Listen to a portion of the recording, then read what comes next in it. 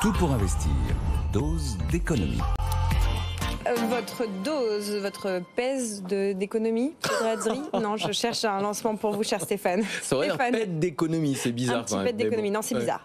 Bref, on va parler d'un sujet sérieux dont on ne parle pas assez. C'est la France qui a emprunté hier 10,5 milliards d'euros sur les marchés. Et oui, pas de problème pour notre pays pour lever de la dette, il faut le dire. Une émission obligataire qui était très très surveillée compte tenu du contexte politique. Et ça s'est plutôt bien passé. Oui, il y avait deux inquiétudes par rapport à cette émission obligataire. D'une part, le taux auquel la France allait devoir emprunter et ensuite la demande des investisseurs. Est-ce que la France allait réussir à convaincre les investisseurs de lui prêter de l'argent compte tenu de l'incertitude politique? Alors finalement, les choses se sont bien passées. L'agence France Trésor qui gère les émissions obligataires de l'État français souhaitait lever entre 8 et 10 milliards et demi d'euros en fonction de l'état de la demande, qui finalement a été suffisante pour atteindre le haut de la fourchette. Donc de ce point de vue, ça s'est très bien passé.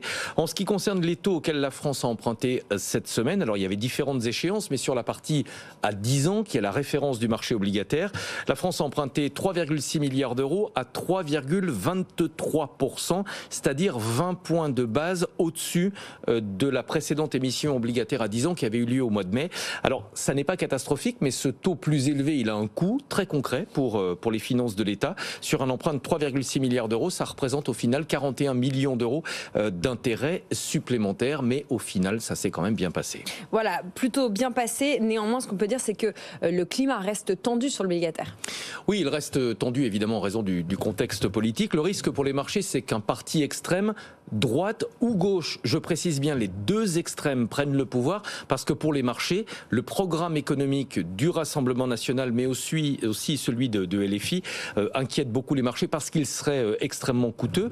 Alors en début de semaine, après le premier tour des élections législatives, le scénario dominant sur les marchés, c'était que le RN obtienne la majorité absolue, mais après les désistements de candidats qui souhaitent faire barrage à l'extrême droite et la publication des derniers sondages, ça n'est plus le scénario principal anticipé par les marchés, donc les taux se sont légèrement détendus sur l'obligataire. Le taux français à 10 ans est à 3,26% actuellement.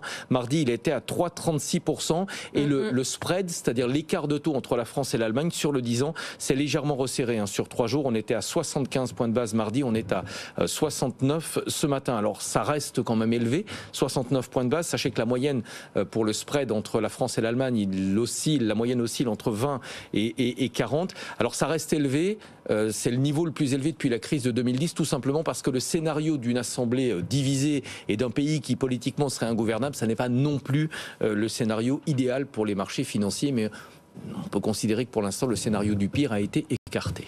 Voilà, les scénarios du pire au moins pire pour les marchés. Merci beaucoup Stéphane Pedrady pour ce décryptage.